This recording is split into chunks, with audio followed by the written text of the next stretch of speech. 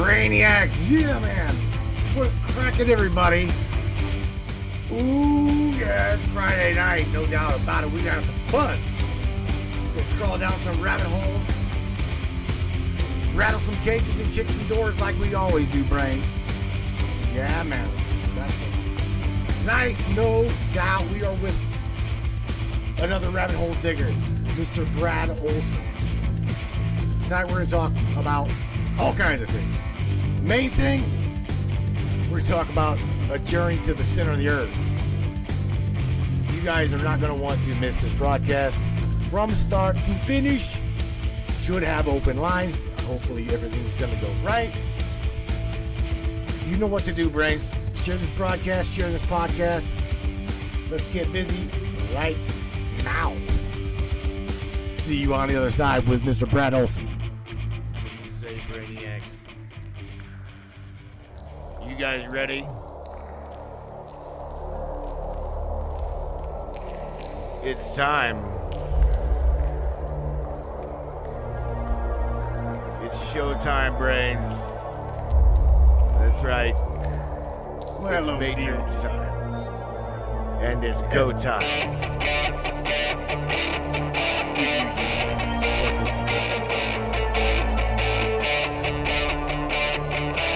Welcome aboard, everybody. Let's go.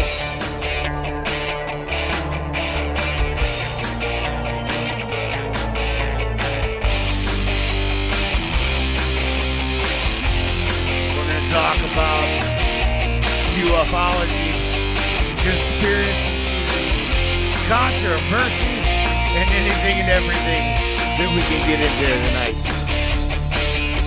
Let's go.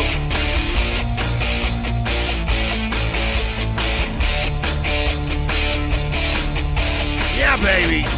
Yeah.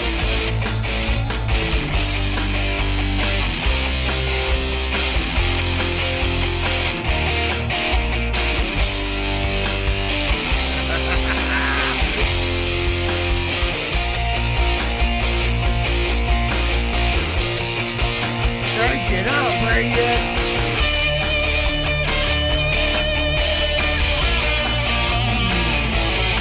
Yeah!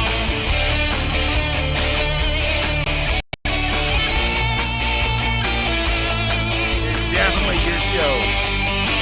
Your show, and we appreciate you for being here. Buckle up, everybody.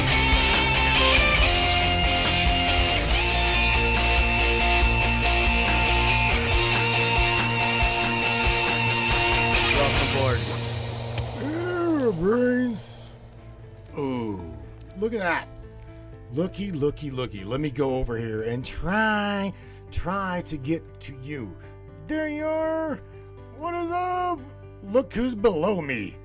Mr. Brad Olson. What's up, man? Welcome to the Matrix.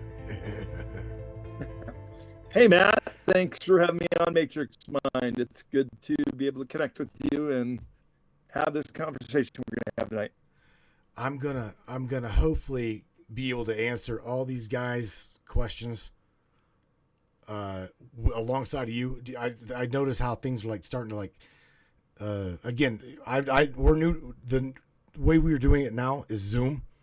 I'm not used to doing it like that, so my machine is kind of flipping out. If you notice, I've tried to like close some things. Did you see that?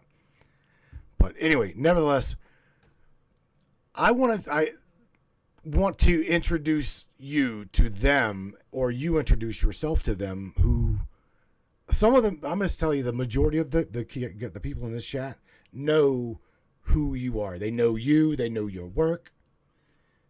But you are a man after my own heart, bro. From exploration to digging to rabbit holes to kicking doors in, rattling cages, Mr. Brad. Whatever it takes. My question is, where do we even start other than the beginning? What led you to start talking about this rabbit hole? What led you down this rabbit hole to begin with? Well, really, it started with a love of travel from the time I was a kid and Boy Scouts and traveling around the Midwest. I grew up in the Chicago area, and just kind of getting my feet wet with weekend trips with my older brother and my family trips, and then also Boy Scout trips. But then coming to the realization, it's a big world out there. So after college, I self-financed my first trip to Europe. And one by one, the people that were going to go with me all dropped out. So I went solo and got my feet wet there. And I thought I was doing a good job doing 3 months in Europe, summer 1988. And then I met some Australians and Kiwis that said, 3 months, mate? We've been on the road for 3 years. I said, what? How do you do that? He said, well, we work our way around the world. So I took that to heart. I did have to go back to the States. I was down to $5 at the end of that trip and worked again and saved money, and then was told to some advice I got on a chairlift to go to Japan and teach English, which I did. And with a college degree, that was all that was required. And again, I self-financed my 3-year trip around the world. And that was a wake-up call, Matt. That was really my second college education, but really the school of hard knocks, Right. learning the hard way, what to do and what not to do. But it got me through Asia, through I climbed the Great Pyramid in Egypt in 1993. Wait, you climbed it? Yeah. Yeah. So Zahi Hawass would have your head. No, I know it's illegal. Let's call it a youthful indiscretion. Okay. But I've got away with it. You, I'm one of the few people that, like going to Antarctica, one of the few people that says I did it. the Egyptian authorities, you didn't hear that. You didn't hear that. So what led you again? What led you down the? There's more to these megalithic anomalies than just climbing the Great Pyramid. There's something had to trigger in your mind. Sure. And by going to all these locations, and now I've been to all 7 continents, so I really do have a world perspective. Just a few weeks ago, I was in the country of Laos in Southeast Asia. So I still continue to travel internationally, and boy, a dozen or so conferences I speak at every year. If anybody wants to see my conference schedule, it's at bradolson.com. Top of the link, Brad Olson conferences. And it's a great life. You know, I give thanks every day. I really did hit the jackpot. I feel I'm living the life I want to live and get these wonderful opportunities to travel the world. So by going there, Matt, to answer your question, by climbing around and investigating and checking out these megalithic sites and having my mind blown, it occurred to me there's much more to the story than we're being told. So I did my whole series of books on esoteric subjects. And esoteric just literally means everything that has been kept out of the general population, that's known to only a select few. And I'll tell you, I did 3 books in this series, and each one of them is over 400 pages. So much material, and still more to come. You got a heavy hand. That, yeah, well, it's just the state of who we are and this planet we live on. In fact, I call it the prison planet. Subtitle of his book is Escaping Prison Planet.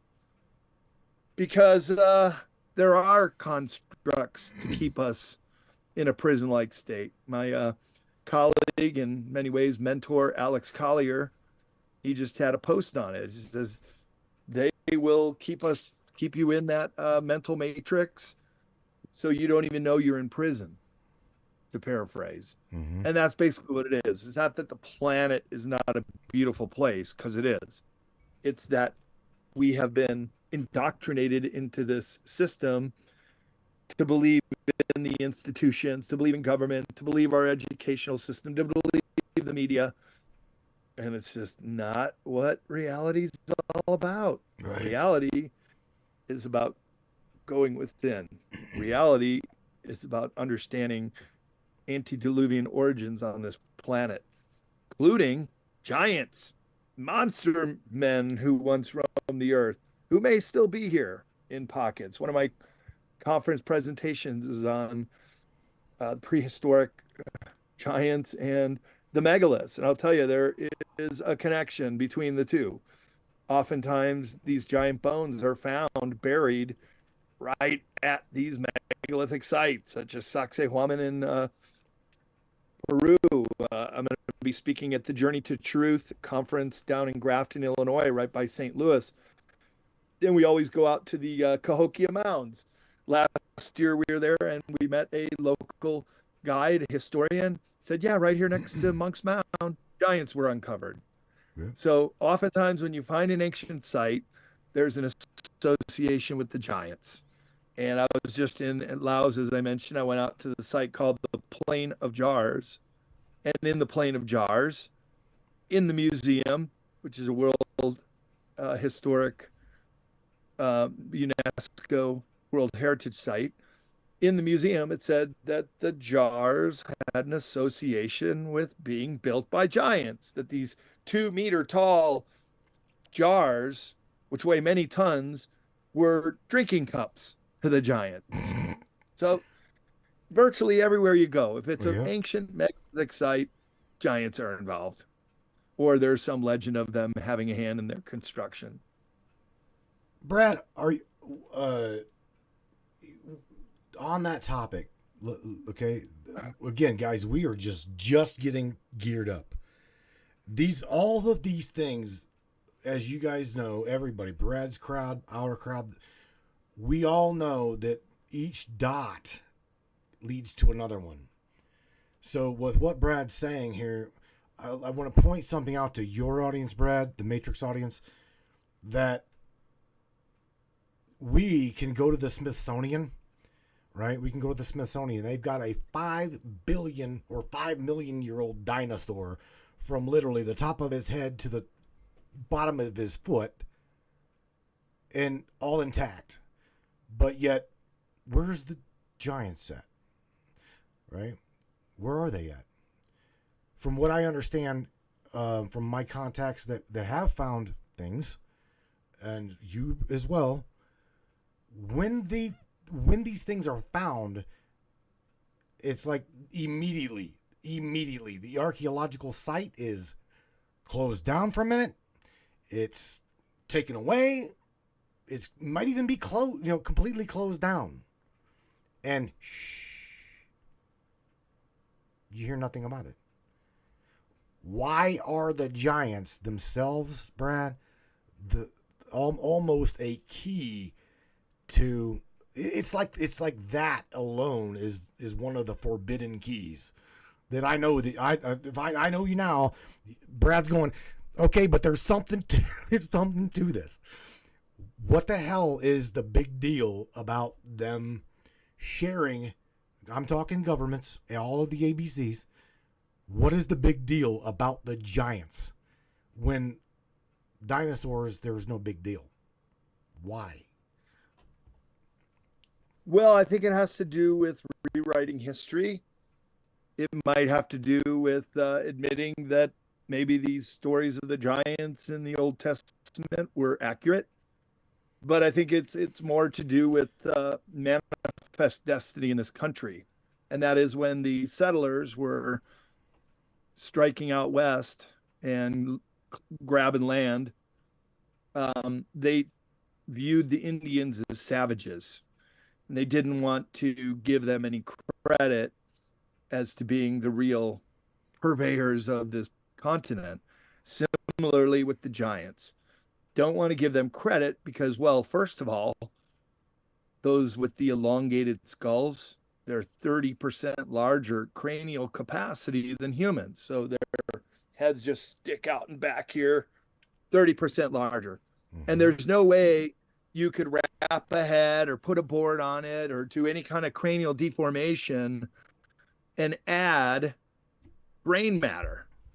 You can't add brain matter. You can move stuff around. Yeah, you could flatten your head and put a cone on it. but you Right. can't add 30% cranial capacity. So with a larger head is larger cognitive skills. And Intellect. with those cognitive skills, yeah, well, they could very well still be or had been the real masters or lords. I find that word lords really interesting. That we pray to the Lord, that we have landlords. In England, they have the House of Lords, those lords that rule over us. I kind of think they have a connotation back to the giants, to be honest with you, because that's what the giants were. In my presentation, Giants in Prehistory, I show images all the way back to ancient Egypt, and you can clearly see that the giants are the ones who are ruling the show and commanding the puny little humans to dress them in decorations and Eat, paddle the oars when they're on a pleasure cruise going down the Nile and so many other things. eat them. So the giants were the lords. Yeah. Um, let's go back. Okay, you're on the Egypt topic. I am what I refer to as a digital archaeologist. Okay, I don't have the means to travel to Egypt to actually put my hands on it. Okay, so I have to rely on resources that are available to me. And I'm going to tell you, I have really uncovered some really good things and shared them with these guys over here. And like you said, giants going even pre Egypt. We covered some topic. It's referred to as the Kingdom of Kush, Kush. Are you familiar with this? Sure. Okay. This Yeah. is lower. Supposedly back in the day, this is when Mesopotamia went all the way down to damn near the bottom of Africa, right down to the bottom of that continent. And when you and we all know there's a hierarchical structure to this system. So everyone also knows that the cradle of civilization started where? Sumeria, Mesopotamia. And all you got to remember, the Anunnaki, right, are the ones that are depicted at carrying. I think it's Anu, right? Anu is carrying and holding a lion, like you and I, Brad, would be carrying a house cat.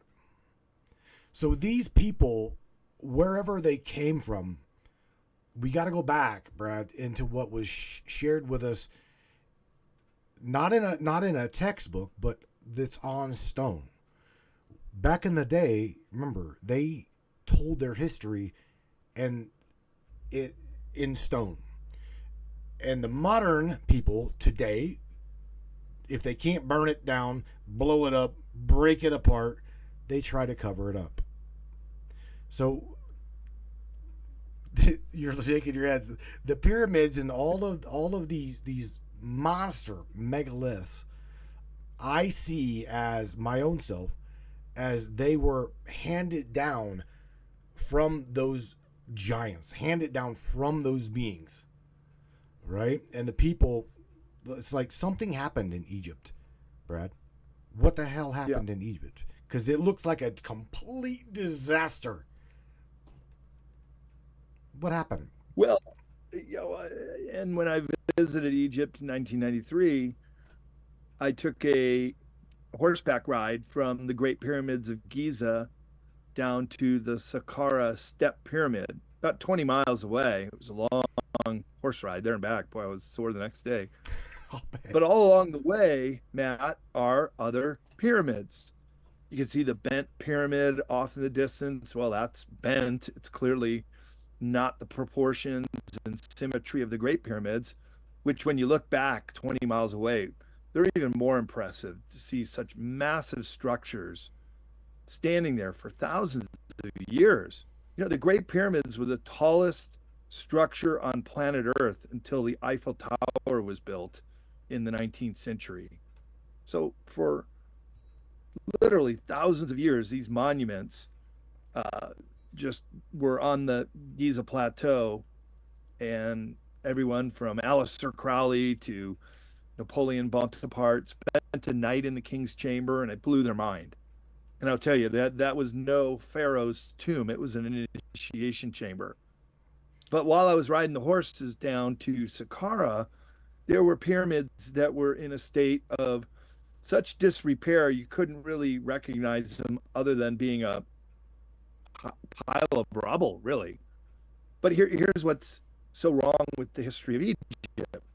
They say that the Great Pyramids were built in the fourth dynasty, and the Saqqara Pyramid was one of the first to be built, and these other ones that are all crumbling down were even newer. Well, that kind of goes counter to what history normally tells us, and that is when a certain technology, in this case, building pyramids, is starting out, it's going to be inferior as it's the older versions. And then as it becomes newer, it becomes the better version. Well, the Great Pyramids are one of the oldest, yet they're the only ones still standing fairly intact. Had they not been pulled apart, the casing stones, to use as quarried rocks, they would still have a shimmering sheen on them that would have reflected the sun and really could have been seen for many, many miles around. So they're just incredible monuments. And when you look at the internal structure, especially in the Great Pyramid of Egypt, it still confounds archaeologists and historians what they were used for, how they were built, and what all the functions were. Even the Japanese tried to build a miniature version of the Great Pyramid a couple decades ago using modern cranes and modern stone cutting machinery. Even a small version, they couldn't even finish it. It was too complicated, too expensive, too hard. So there's a certain lost technology, Matt. I think this goes back to why the giants have been covered up, that historians don't like to admit that there was a very high-tech civilization that once existed on this planet. One of the episodes of Ancient Aliens that I was on was talking about auditive levitation. And that too is a lost technology. And that is when you can match the resonant frequency. And everything has a resonant frequency. You, me, this table, everything around us. And if you are to match the resonant frequency, you can alter matter. And in this case, you can raise a megalithic block and move it. And so this episode of Ancient Aliens I was on was talking about the site in the South Pacific called Nan Madol, the Venice of the Pacific, and how they move these giant basalt log-like stones from one side of the island over a water passage out to Nan Madol. And no rollers or roads or pathways were ever found. And it's a very steep-sided mountain to get it there. So the only thing that really makes sense is they had some kind of lost technology, such as auditive levitation. Now, an example I give that a lot of people would understand is how an opera singer can shatter a wine glass with her voice, just her voice. Right. So frequency is affecting matter. So you just scale that up and use that frequency to lift heavy megalithic blocks. Then you start getting some answers as how these massive stones were moved from quarry to the site. And I'll tell you another commonality of all these megalithic sites I went to, Matt, including the Plain of Jars just a few weeks ago. Every one of them has a mystery of how the stones were moved from the quarry to the site. Even says so right there in the UNESCO World Heritage Site Museum. Nobody knows how they move these stones. Well, if you include auditive levitation, that is a way to do it. Right. But you see, this is a lost technology. So you don't know what you don't know. And therefore, if we are only now starting to learn levitation, in fact, you can pull up videos on YouTube of bowling balls that are levitating, even a frog. It doesn't kill animals or life. I mean, this is a technology that could really revolutionize space travel, transportation, even going up to the top of a building, perhaps. So there's so much we still have to learn, and there's so much lost technology that once existed on this earth that you can only find when you're looking in some of these megalithic sites. Right. Let me ask you a question. And this goes. I've got a list of some things to ask you that I wrote down here. But again, I'm just going off cusp here. With what you said, let's go back to your opera singer example. Yeah. And again, that's only one. That's one example. Let's go to like deep bass. I know you've probably seen these things on YouTube where you got super low subsonic bass. I play a bass, and I mean, you can really feel it, right? And if you stand in front of the amp, I mean, bro, it will warp. I'm talking like warp glass, metal. Anybody can go to YouTube and see what me and Brad are discussing and talking about. It's very plain as day, dude. You can watch the glass just like a limp noodle. Whenever they're doing these bass competitions, do you know what I'm saying? It's relatively funny, but it makes perfect sense as to what we're talking about. Now the resonance chamber, you'd mentioned raising the frequency, enlightenment, initiation. There's a fella in our chat here by the name of Stuart Perkins, and he and I have discussed.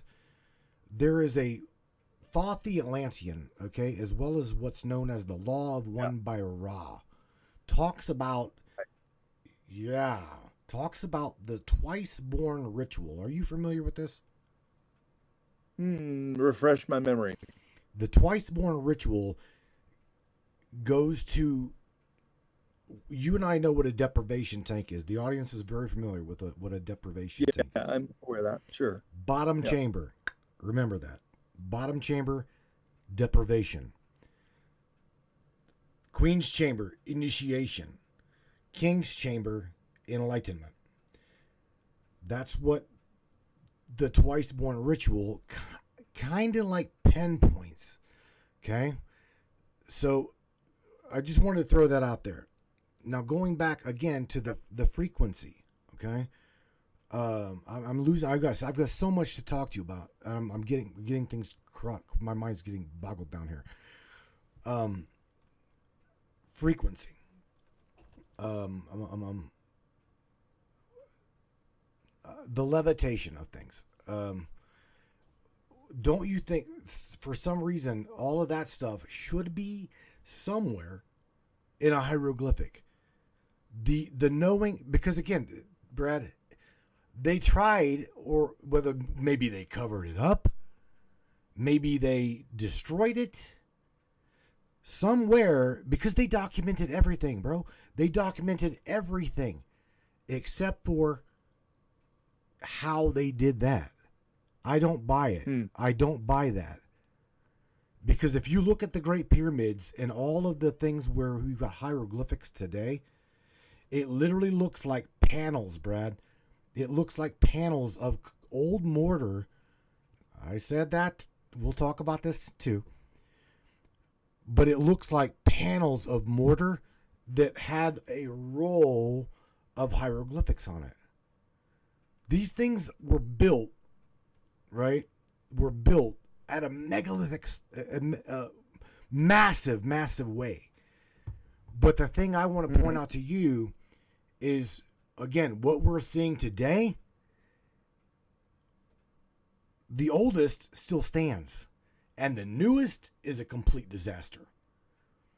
So I'm just pointing out to you that maybe, just maybe, because you and I know, Brad, the powers that be don't want these secrets out.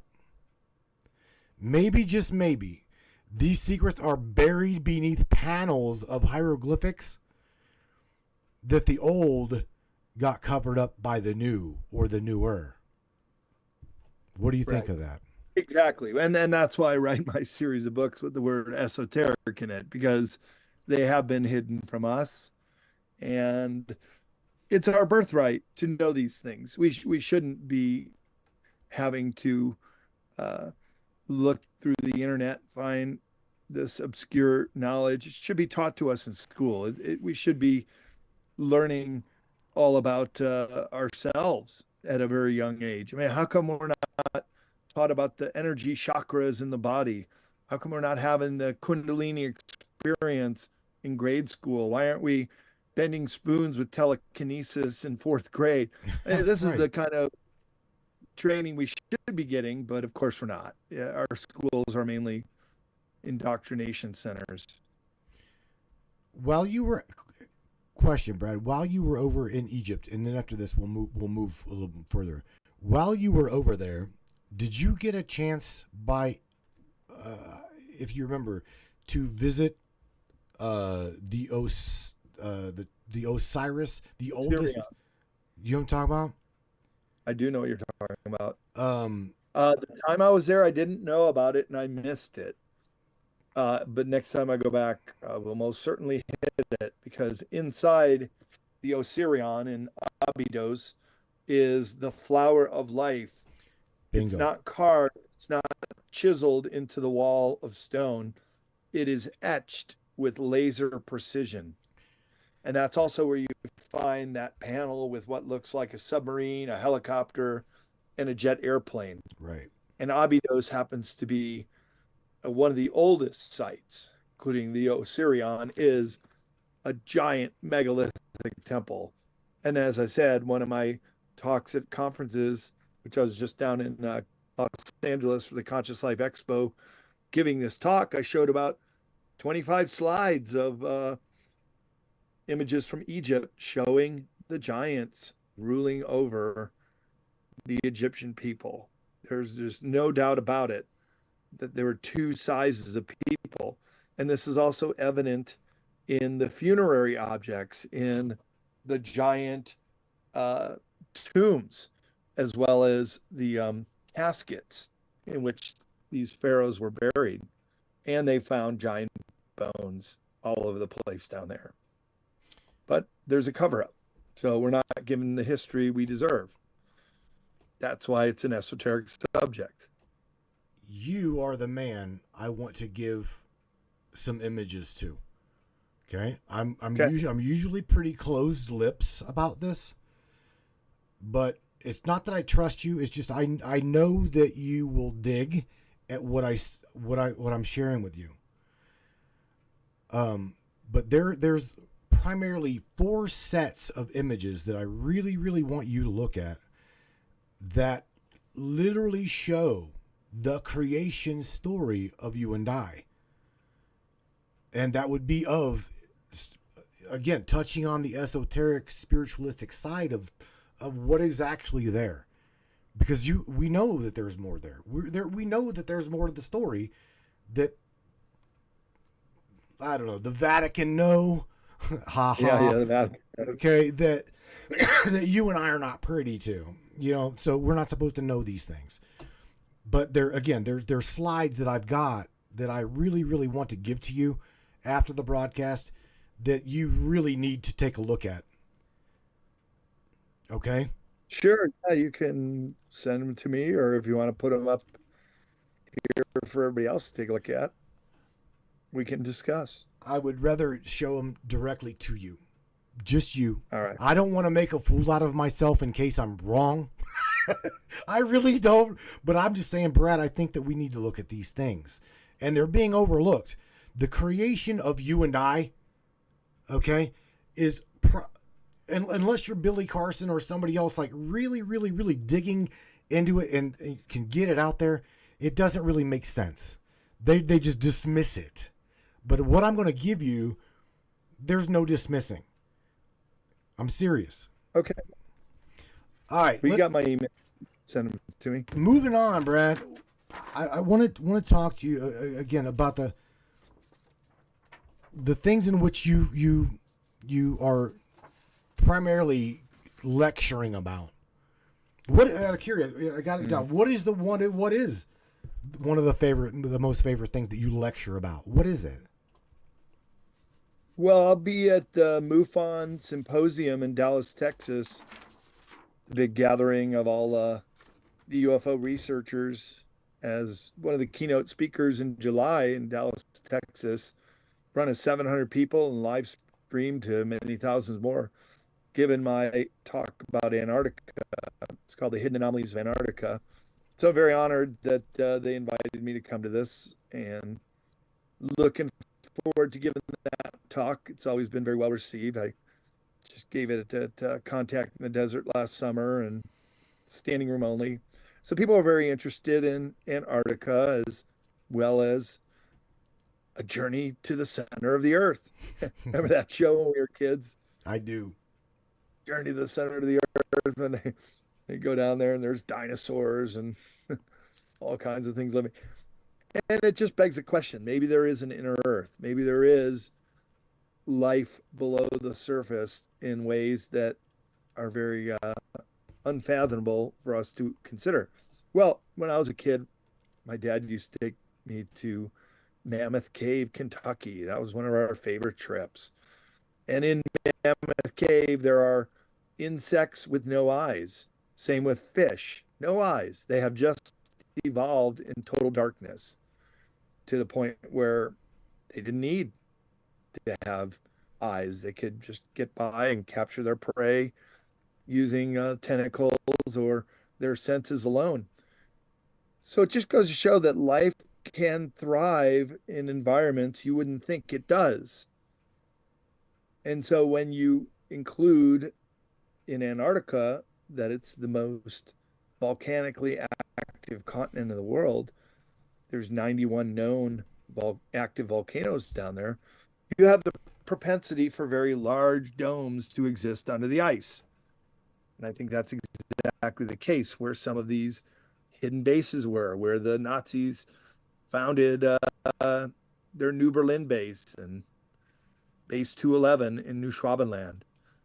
There's so much to be discovered down there, but you can't see it looking at Google Earth because it's below the ice, nor would they let you see it, because in my presentation, I show that they actively screen out certain areas. Sure. So there's censorship as far as what you can see down there.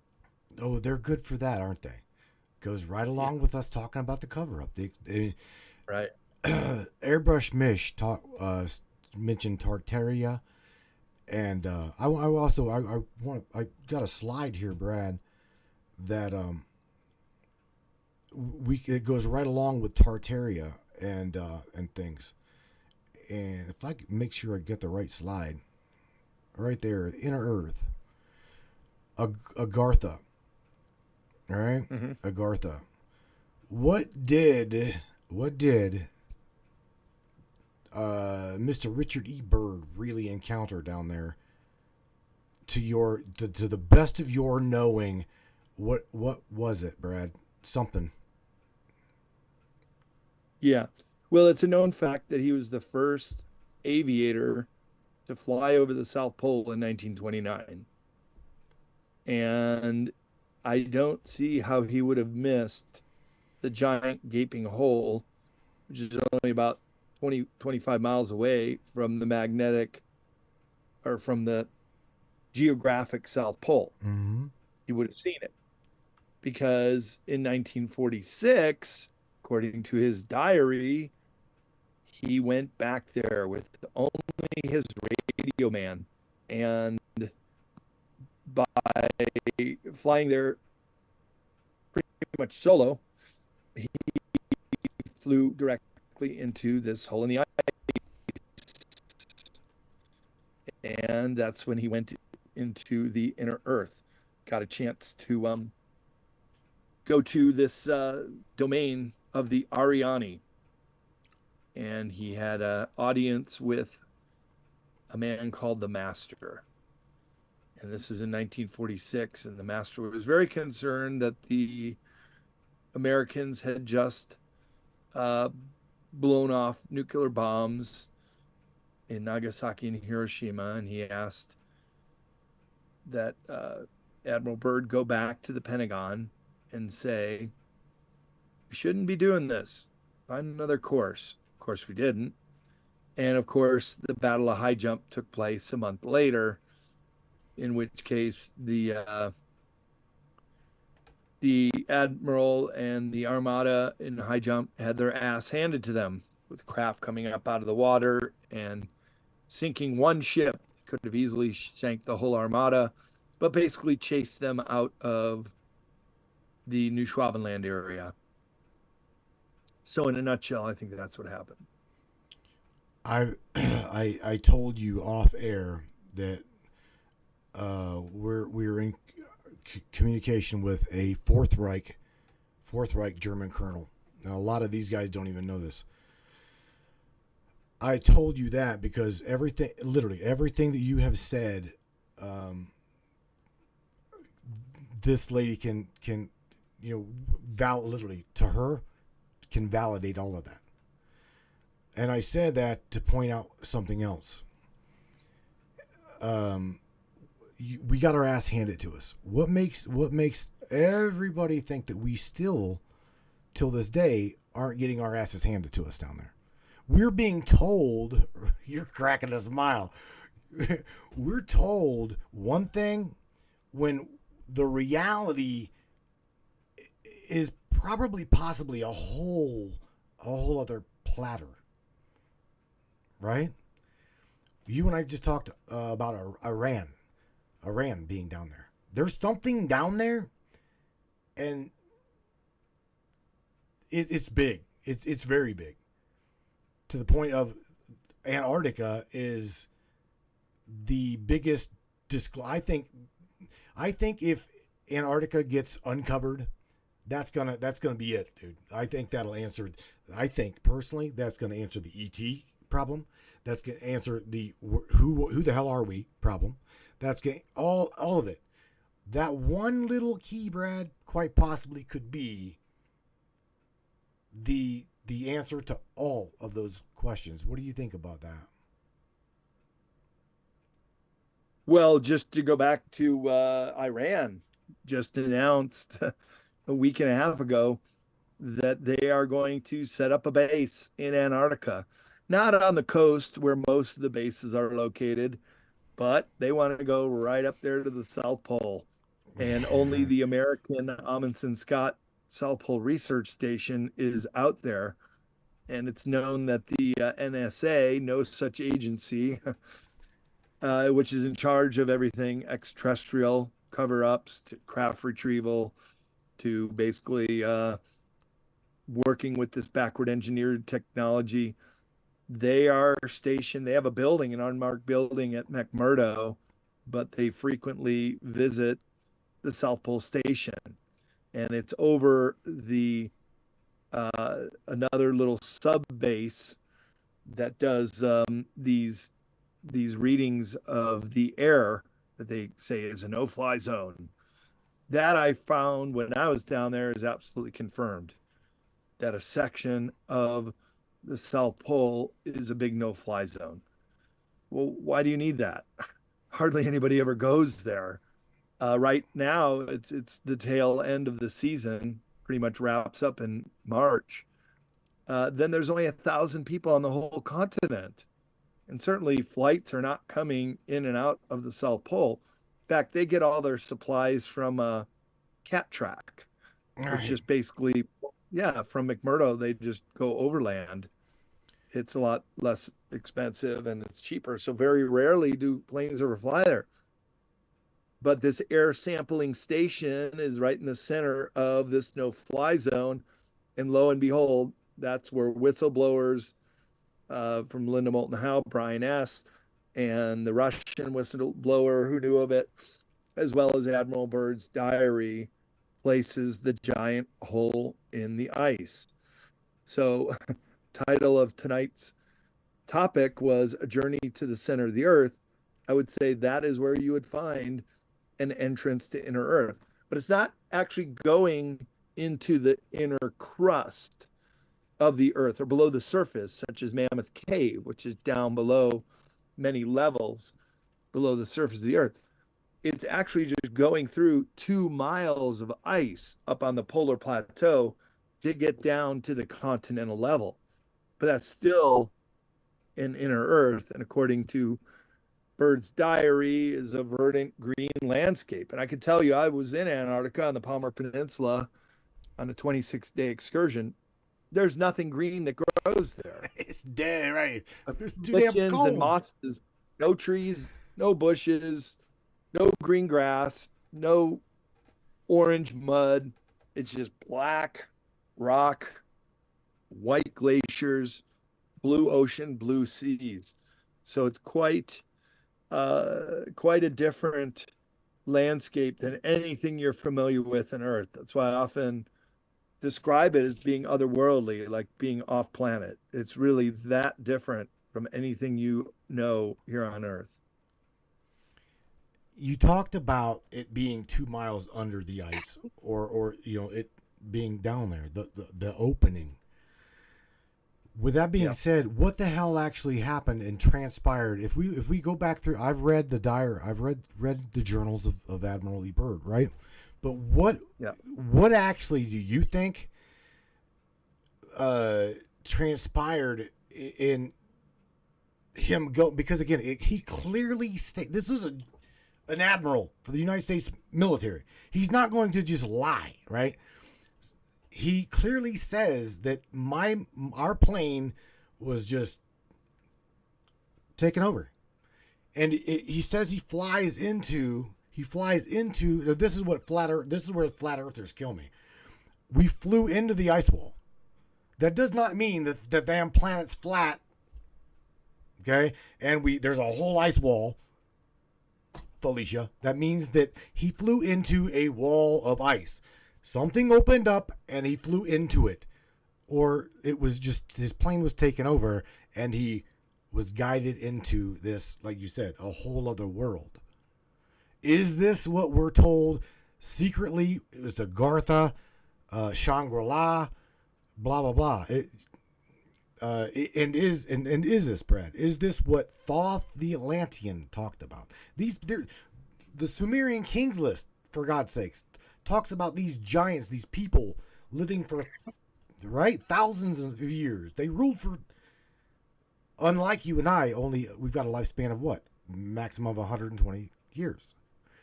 So is what Admiral Byrd was initiated into, guided into all of the world? Was it those people that you and I can relate to as Sumerians, Atlanteans, like you just said, the Arani people? What do you believe? Yeah, the Ariani. Well, it was the domain of the Ariani. Isn't that interesting how similar Ariani is to the Aryans? And the Aryans were, of course, the mythical cedar race of the Germanic people. And they were very, very interested in finding any relics through archaeological digs or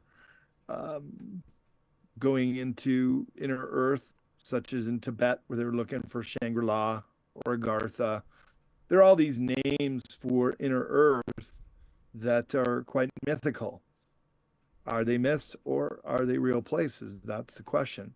I mean, right out here, close to where I'm at, is Mount Shasta, and it's said to hold a whole city under there called Talos. So we really don't know what we don't know. And that's why we have to dig deeper into many of these mysteries and try to piece it all together. So I think to answer your question, yeah, the Germans were very interested in finding these inner Earth situations and civilizations. And I think for the most part, they were successful in doing that.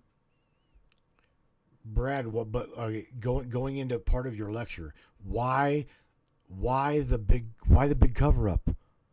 What the hell? Why just leave you and I and all of the others with our ass in the wind, just trying to figure it out? Because you and I know it causes division, it causes hate, it causes all kind of confusion. What is the big deal? Well, again, it's the cover up with the giants. It's the cover up with megaliths. It's the cover up of our true history with antediluvian civilizations. There is a concerted effort from keeping this information from the people because it would show that maybe us as humans are not the top of the food chain, so to speak. That there were high civilizations on this planet, and that we still have a lot to learn from them. You know, there's a lot of ego in religions, especially in Christianity, that we're bigger, we're better, we're the best, and we have to tame these savages across North America and elsewhere. I mean, more has been done harm in the name of religion than anything else, because the zealots who carry that belief have no problem in taking land and killing rulers. I mean, look at what we did to the Incans, the Spanish conquistador, one of the greatest civilizations in the world, was destroyed within a matter of days, really, when they took down Althotwapa, the Incan leader, held him for ransom, and eventually killed him off and dismantled the empire. So there's a lot of reasons why we have been held in the dark and sold this fairy tale about superiority of the human race, and don't want to share that title with anyone else. I want to go over here and ask everybody if they've got questions for you to put them in the chat, and I'll try like hell to have you and me both like pick them out and read their comments here. You know, again, Brad, this goes back to you mentioned ego, right? And in this I want to say this field that you and I are in, I'm a broadcaster, researcher, explorer like yourself, and the egos that we run into are absolutely just phenomenal. This good people have, again, this goes back to it's not about Brad, it's not about me, it's not about any one single individual.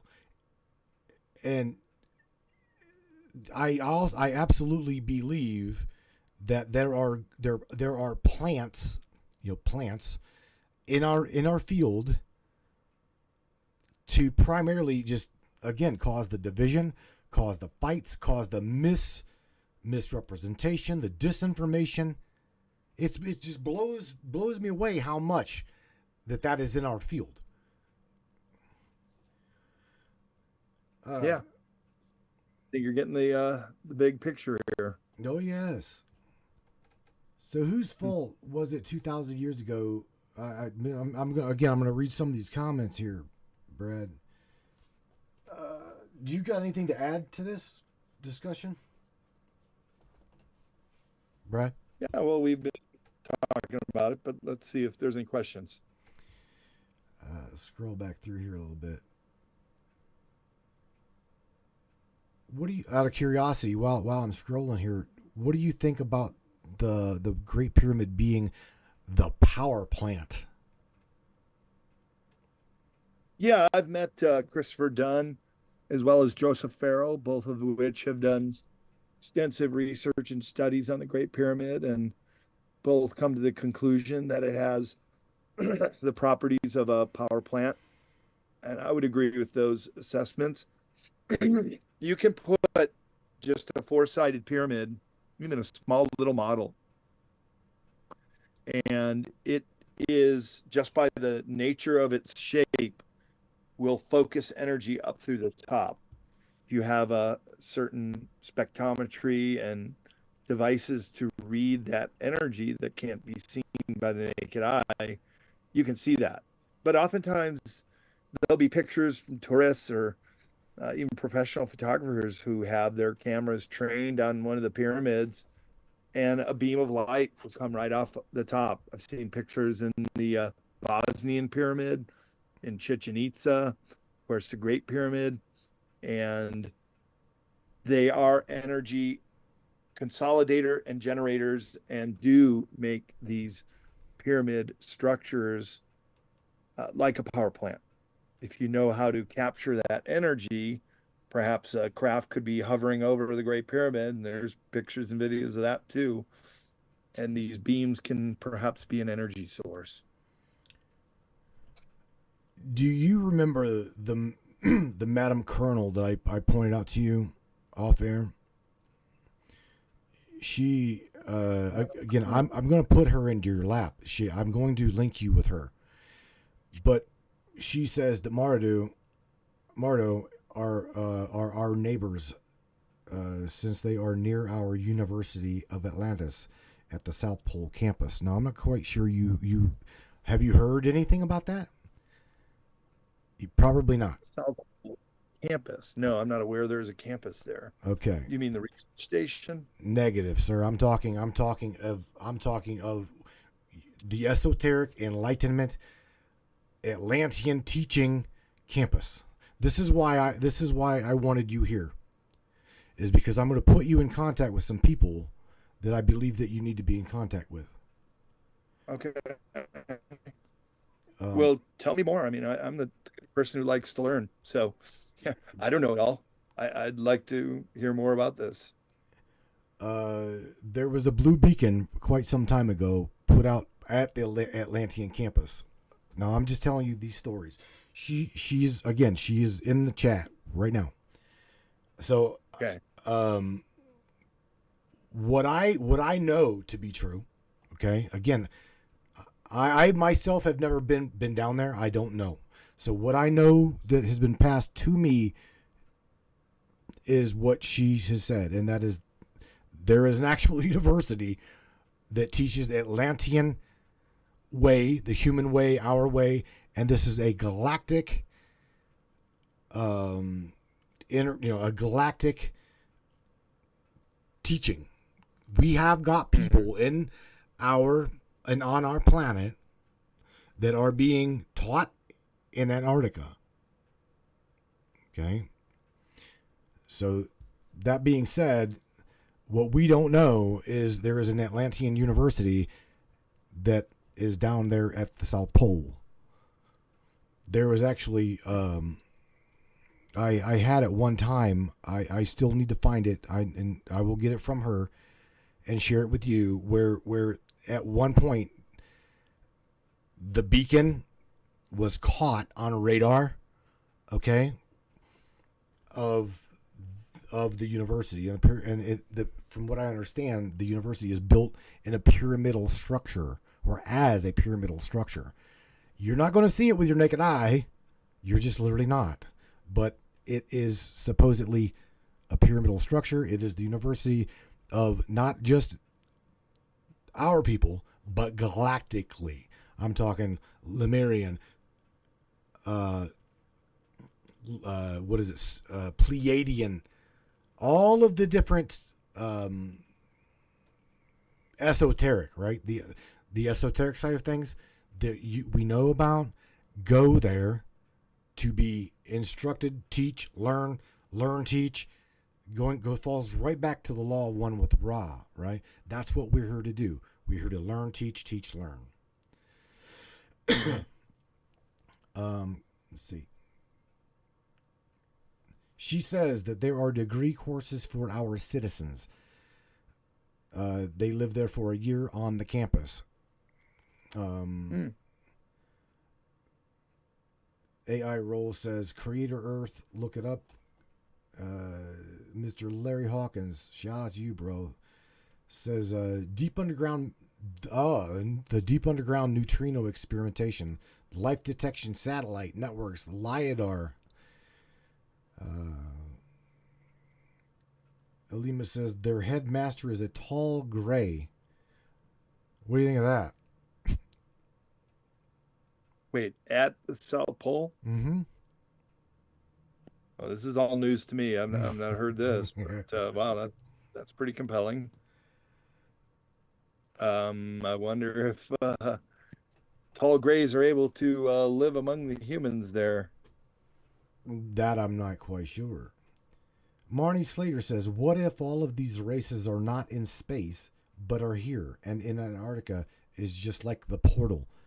That's a good question. Hmm. Well, that's a good point. Then maybe we are talking about some kind of portal technology. I think I'd be open to that possibility. There Uh, is a lot of out there, yeah. Miss Monica Marks says, "What about the UFO found in Greenland? Do you know anything about that?"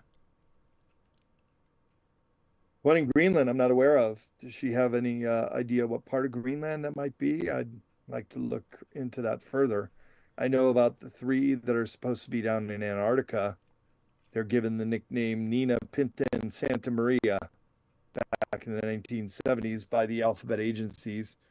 And I'm pretty confident I'm able to locate one of those, at least one of those locations, and that is in the happens to be in the New Schwabenland claim of Germany, in that section of our Antarctica now known as Queen Maud Land.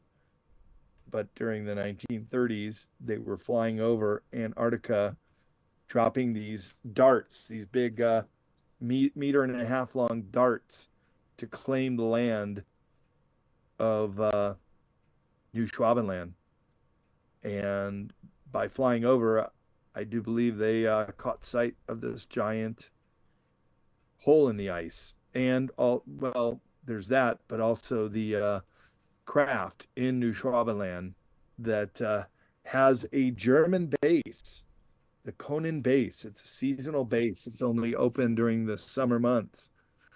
But in 2013, you can go on the Wayback Machine on Google Earth, and lo and behold, they're doing a large excavation on the Conan base. And there you can see what comes to the surface, a giant machine, a giant grate, about a quarter mile long.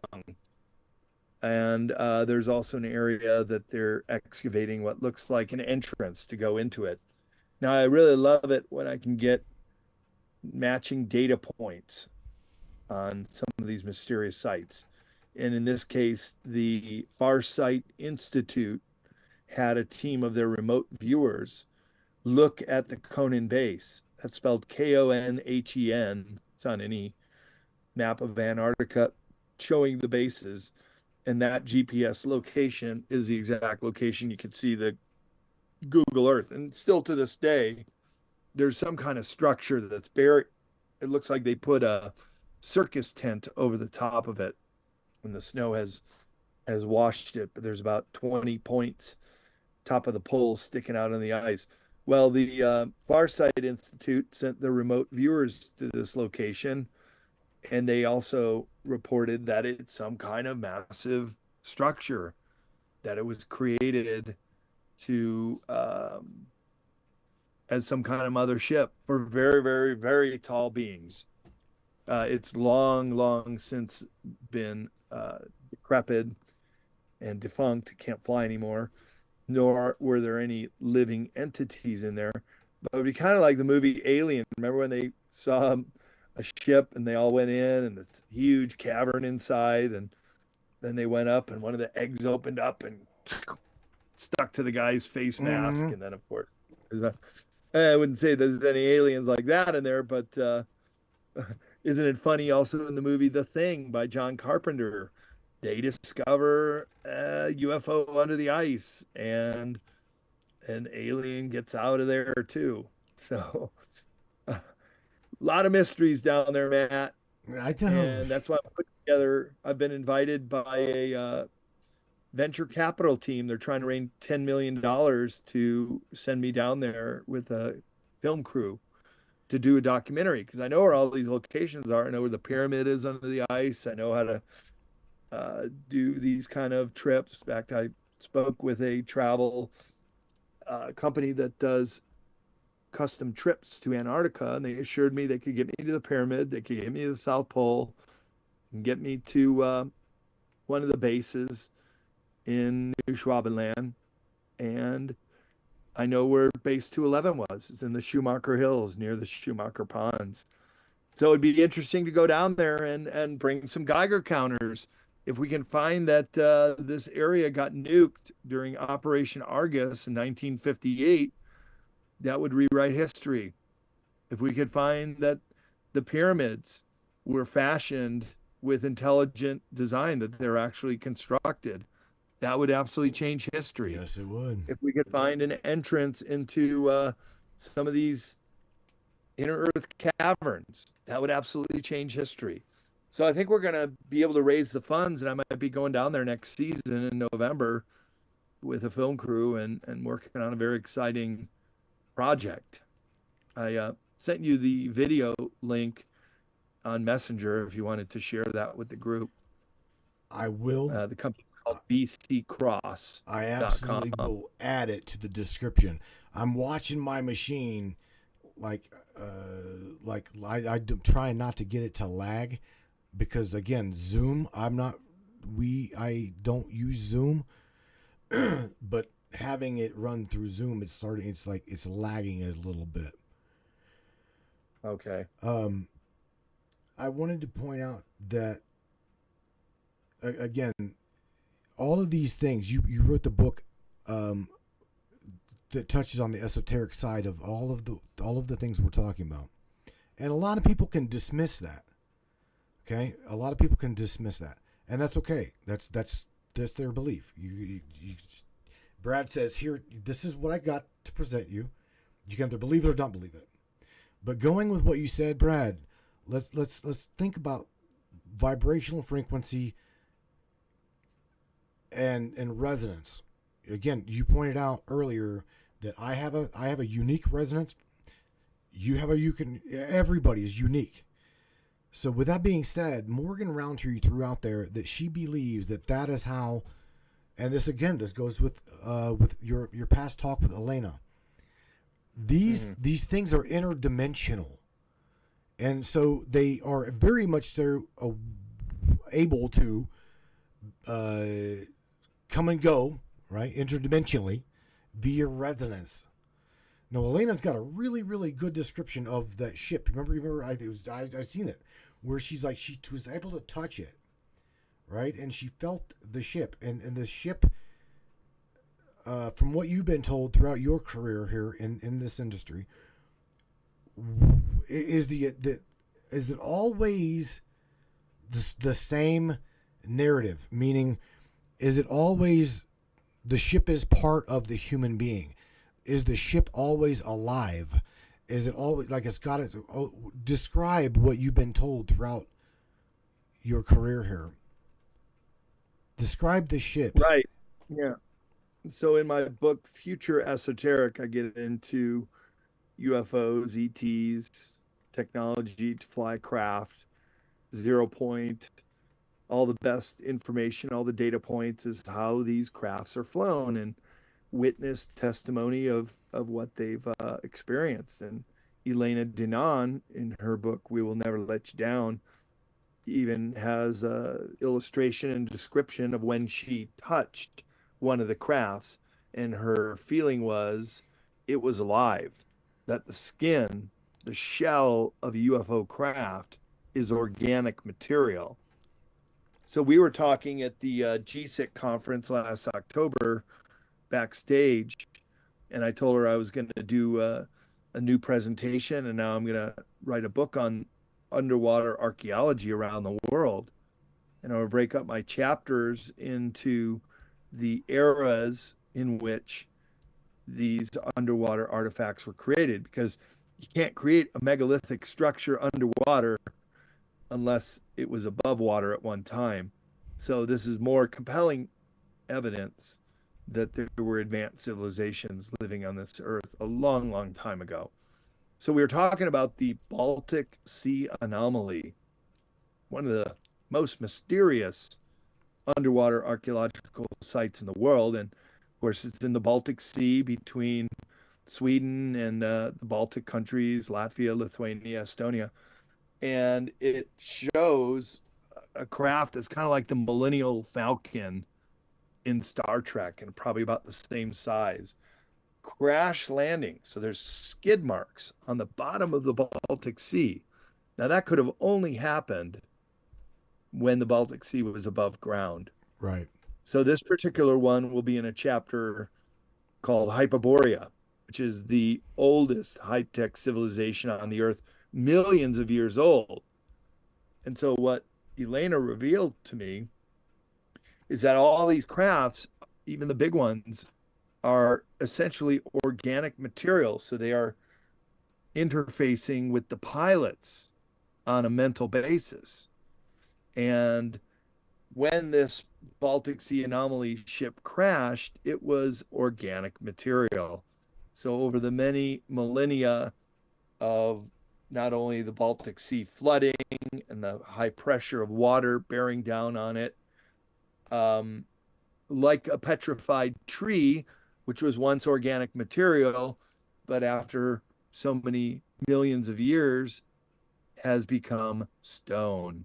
And that's what the Baltic Sea anomaly is stone.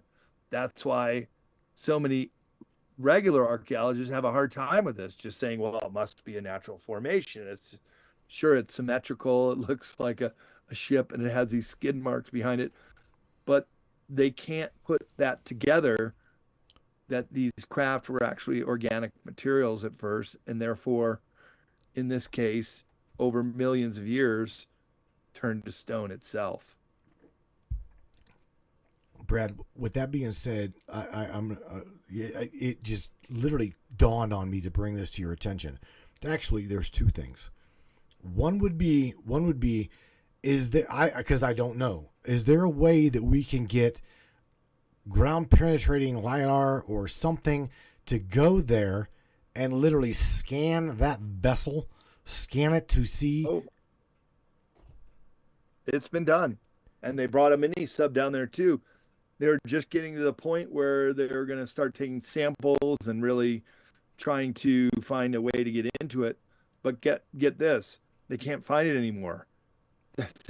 It's been either removed or blown up or somehow taken out of that site.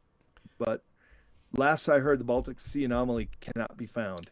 It's gone. We all have got pictures of it. I've got pictures. Oh yeah, there's plenty of pictures of it. Sure. Yeah. But try to go back there now. My understanding is the last team that went there to try to do more in-depth analysis could not find it.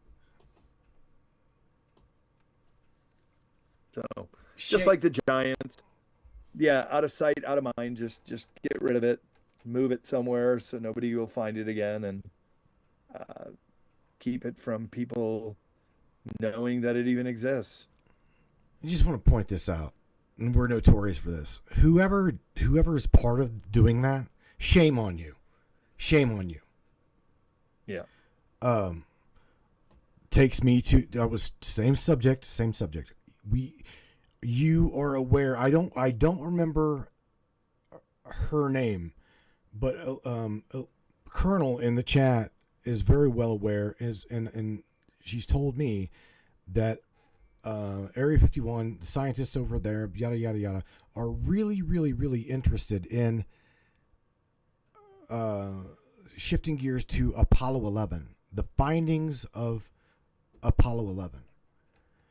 You're aware of the two pilots found on the moon, the surface of the moon? Yeah, but it was a later mission. Apollo 11 was the original Neil Armstrong landing on the moon. And I actually met Buzz Aldrin once at a travel show, and Wow. I followed him around for a while. And at one point he looks up at me, "Who's this tall guy following me around?" Yeah, you're tall. And I got his attention. I said, "Buzz, is it true that on the flight back in the module that there were orbs that were following you guys back?" And he just kind of gave me that stare. He wouldn't confirm it. He wouldn't deny it. But Buzz has a bit of a temper. You don't want to put a Bible out and say, "Will you swear on the Bible that you went to the moon?" Right, slug you right in the jaw. But they did see something on the backside of the moon, and I write about this in my book, Future Esoteric. They saw other ships that landed on the edge of the crater, and they reported back to seeing some of the cities on the dark side of the moon. So subsequent Apollo missions, I think it was Apollo 18, secret missions went back to the moon. The public never heard about. Mm-hmm. And that's when they went down into one of these craft and found some of these giants, human-like beings that were either in a state of stasis, sleeping, or perhaps perished, but they had these things over their lips and a lot of other things about them that looked like the Sumerian kings, which have also been found in a state of stasis. And it's also been reported that in Antarctica, there are giants in stasis that are now waking up. So maybe they're not going to be too happy with what we're doing here on the surface when they get up here and say, hey, we're the lords. We're running the show here now. From what I understand and was told, what you said is absolutely correct. The now again, I can't say it's right or wrong, but I'll just say with what you said confirms with what was told to me. That the little tubes from mouth to nose to eye, whatever, that is what keeps her in stasis mode. Like if you notice, she looks asleep. Now, me and Colonel talked about this a while back, that she looks Middle Eastern. Who else looks Middle Eastern? Sumerians, the Anunnaki. These are things that we can like dots. Again, Brad, it's just dots, man. It's just connecting the damn dots. So we're only given certain tidbits, right? But again, goes back to what Colonel says, that one day her people, not our people, but her people, will awaken her when the time is right. I mean, all things. I don't believe in coincidence. I believe in perfect timing. So all things are going to happen when she's ready, or when we're ready to have her be presented to the world. But Area 51 supposedly is really, really interested in her and has her. So if anybody wonders where she went, there's your answer. Let's go back, if you don't mind. I'm trying to read through questions, comments for questions, but I want to point out, you'd mentioned that the downed craft that was in the Baltic Sea, okay, turned to stone, yada yada yada, right, over time, or whatnot happened, whatever happened to it, since it was organic. I want to toss your way, because we talked about it here. Let's go for a minute to the Devil's Tower. What do you think it is, Brad? So I've been to the Devil's Tower, and it's on the cover of my book, Sacred Places of North America. It's a fascinating monument, and it has basalt sides that run up the top, and I've seen this in many locations. It's basically the core of a volcano. I know a lot of people say that it could be a tree, but it's certainly basalt stone. It's certainly volcanic origin. So I don't think it is an ancient tree. I think it is the core, the neck of an old volcano. It's very similar to Cave Rock at Lake Tahoe, or the Devil's Post Pile near Mammoth. There's other examples around the world of very similar formations, including the basalt columns of Nan Madol that I had described earlier, the island in Micronesia that was volcanic by nature, and they were moved to create this site called Nan Madol. So that's my impression, that it's actually volcanic in nature. You said that you've literally had feet on the ground. I know this for a fact. You've had feet on the ground in Egypt. I want to shift gears again. I've got so many questions for you. What we're seeing above ground, you, I know, have ran across people as well as yourself have probably pondered that there are catacombs, cities, you name it, underneath of the Giza Plateau that we're just not told about. I personally have got a vendetta against the old president of antiquities, Zahi Hawass. So if anybody wants to buy me some rope, send me over there. You guys can finish that statement. I'm just saying.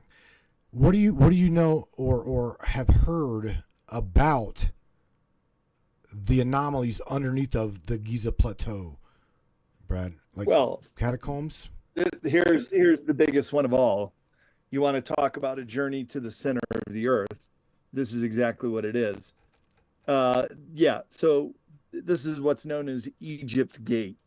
That the same time I was there, I didn't know it, in March 1993 was when Rudolf Gattenbrink was putting his robot up through the air shaft in the Great Pyramid, and that's when they found the door that's led to now the knowledge of other chambers that have yet to be explored. But they were also scanning the Giza Plateau and finding that it's Swiss cheese down there, that there's multiple levels, that there's quite a few artifacts down there, and this has all been covered up. This is Egypt Gate. My friend and colleague Andrew Collins found the cave system on the Giza Plateau. They're even called the Collin Caves, named after him. Some great videos you can still see on YouTube of him exploring these caves down there, out of the Bird Cave, which has since been Closed. Yeah, they closed it, of course. Yep. Can't have people lost down there. But he said is expansive. I was just hanging out with him at Conscious Life Expo. We had a table next to each other selling our books. And he was describing it to me. And he said it's just absolutely expansive. It goes on and on and on, out to in the direction of the Giza Plateau. So almost certainly it connects to this network of caves. Another colleague of mine, JJ Hertak, we were once on a panel at Contact the Desert. There was like 8 people on the panel, and the microphone was way on the other end. And he's sitting next to me, goes, "Hey, Brad, can I show you something?" I said, "Sure." We're just kind of sitting there, not on the microphone, no hot mic.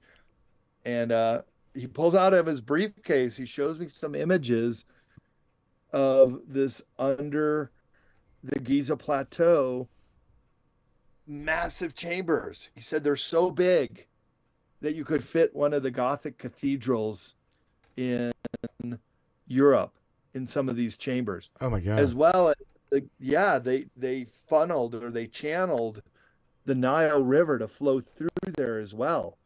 So the river flows through there under the Giza Plateau. And there's so much that needs to be uncovered. We got images of this, Brad? He showed me images of it. Awesome. That is what I wanted to hear. Because AJ Hertak, he's the man. These are the things right here that you just can't make up. And I'm glad that you said that we've got, not, we as a people have got images of these things. We were told back in the 80s, I know, we were told in the 80s by, again, Zahi Hawass, his own self, there is no chambers in the Sphinx. Later on, what do we have? We've got, and this is the bitch right here, is when these people in which we entrust, we give credit to, and we follow, absolutely, blatantly lie to us. Right. Years later, that's like saying, I've got a colleague as well, a friend that a lot like probably mutual friend that has excavated parts of Egypt and it be shut down and all of the antiquities be gone when they reopen the site. I know somebody, my own self, that has happened to. Now, you tell me that if that is not blatantly, absolutely wrong, the people of Egypt as well as all of humanity, if you can hear my voice, you should be pissed. Really, really pissed. Because this is our history. Not just buried, but buried, excavated, exposed, and sold. Who has these things? Who sold these things? That's what we need to really, really think about, Brad. Because the anomaly of, like you said, the Swiss cheese. You no longer cannot not say it's not true. We've got pictures of it. And Brad, you clearly said it. For the record, again, we have pictures of this. Yeah. Yeah. He had pictures. I don't think he's published them, but he showed me at the conference. That's all that matters. And the scans also show it, and the connections through the Colin Cave system also determine that it's a whole city under there. That's an inner Earth for you that's pretty well documented. Along the lines of this, Colonel has stated that the Sphinx is the gateway to the middle of Agartha. So it is supposedly an entrance to Middle Earth. Just want to point that out. I'm at an hour 20 minutes. Can I still pick your brain? Or are you good? I got about 10 more minutes. I just got a call from Alex Collier. He wants me to call him back. All right. So when Alex calls, you got to reply. Tell Alex we say hello. I tell you what, I'm going to wrap. We'll go till 8:45. We can 10 minutes if you want. Let's just round to the half hour. Okay, we've let's go ahead and round it to an hour and a half. I want you back though. Okay, after the conference. What is your next exploration and excavation, or what is your plan? What are plans? Well, I'm heading to a sweat lodge on Sunday. Well, we didn't need to document that. That's a private event. But I'm going up skiing in Tahoe next week. That's just exercise and up in the mountains. But I have a conference in Sedona that's coming up that I should tell your audience about. It's called the Sedona Ascension Retreat. And I just heard from the event producer. There's still some tickets left. This one is going to sell out. It's on March 8, 9, 10. And I'll be presenting one of my television shows called the Operation New Earth. We'll be presenting on that with the conference promoter, and also be talking about my Antarctica documentary that might be happening. I think it's going to happen sooner than later. We're already getting some interest in it. And I have a third TV show that wants to tail me around. I didn't know my life was that interesting, but I guess it is. Minus the sweat lodge and the skis. Yeah, I guess so. Some cool stuff. Right. But Paramount Plus, we're talking to them about doing a reality show. What? So if any of these, yeah, I know. If one of these hits, that could be pretty cool. All right, Mr. Brad. Again, I'm going to let you go at the hour and a half mark. Just promise me you'll be back, no matter what the West Coast tells you. Sure. I do. I love you. I like your work. Again, my heart envies yours, dude. When it comes to travel, anyway. Okay, I love my life. I do, but when it comes to being able to travel and see these absolute amazing megalithic structures, dude, I would love to be able to put my hands on it. I absolutely would love it. So I'm envious for you in that aspect. All right. Well, I'll just remind your audience, if they want to follow my work and my projects, you can go to bradolson.com, and that's where my conference schedule is posted. If you're interested in any of my books or other authors that I publish, you can go to cccpublishing.com, and if you order any of my books, I have the opportunity to sign copies for people. people. They'll come through my office here. So I'd be able to do that for people. Awesome. But thank you very much for having me on. You're more than Matt. welcome, bro. We'll certainly do it again. Awesome. You bet. Thank you again. Tell Collier I said hello, everybody. Brad Olson. All right. All right. Good night, buddy. Have a good night. Thanks for having me on again. Welcome. Take care. All right. Oogie doogie, brainiacs, Mr. Brad Olson. Yeah, man. I've enjoyed the talk. I'm gonna cut him loose. We're all gonna get to spend the rest of the Friday night with whatever's left of it here with our loved ones. Again, man, I am glad that you guys tuned into us tonight. I was reading through the comments, scrolling through the comments, trying to get as many questions answered from Brad as I possibly could for you. Again, if you are just tuning in or you tuned in a little late, please, fabulous discussion with Brad Olson. And my topic name was A Journey to the Center of the Earth. We covered a lot. Indeed, we covered a lot. So again, Matthew Turner here with the Matrix Minds. Please smash that subscribe button. We are 100% listener funded and viewer funded by people like yourself. So if you enjoy the Matrix, keep us around. Please keep us around.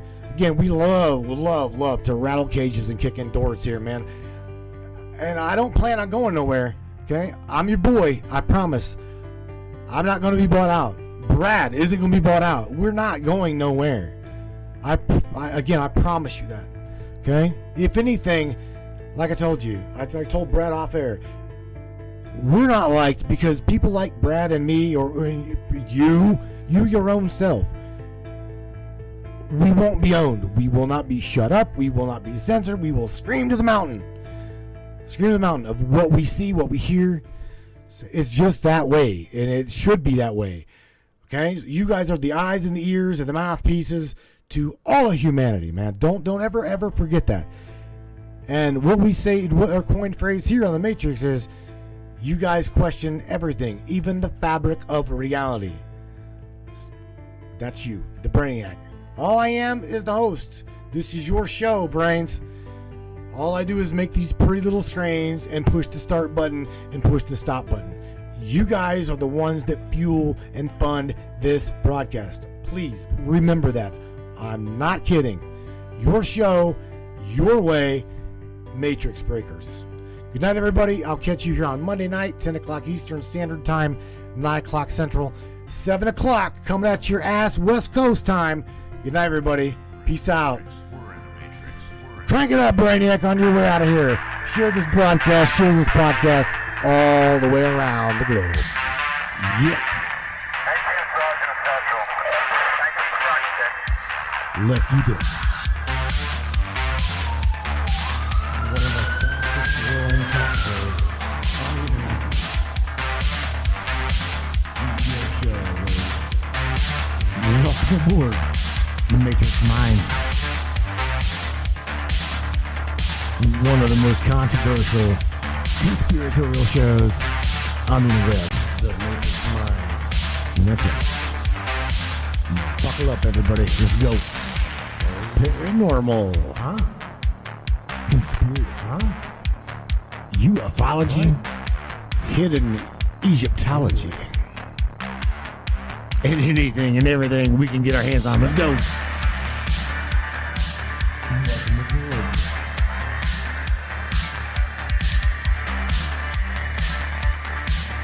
The Matrix Minds.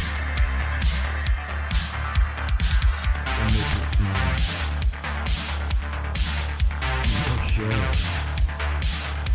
Take the blues pills. The story ends. You wake up in your bed and believe whatever you want. You take the red pill. You stay in Wonderland. And I show you how deep the rabbit hole goes. All I'm offering is the truth. Stay in Wonderland. All I'm offering is the truth. Stay in Wonderland. All I'm offering is the truth.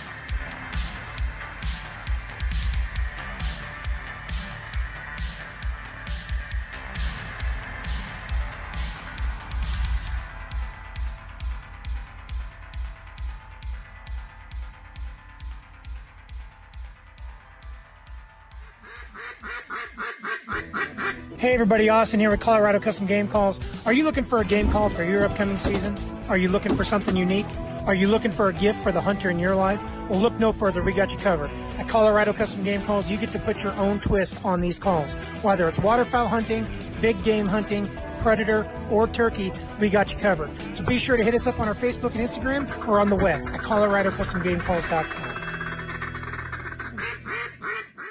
Hi, this is Angela Pritchard from Sacred Somethings. My friend Ray and I handcraft spiritual healing and protection talismans, necklaces, bracelets, and altar pieces.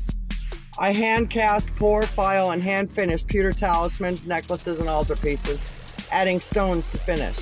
While Ray wire wraps semi-precious and rare stone crystal necklaces and bracelets. Ray also makes beautiful spiritual candles. Come visit us on Facebook at Sacred Somethings Inc. Email us at sacredsomethings@gmail.com. Our website, sacredsomethings.com, is currently being updated. Thank you. That's right, guys. Tell them Matt from The Matrix sent you. Promise you won't be disappointed.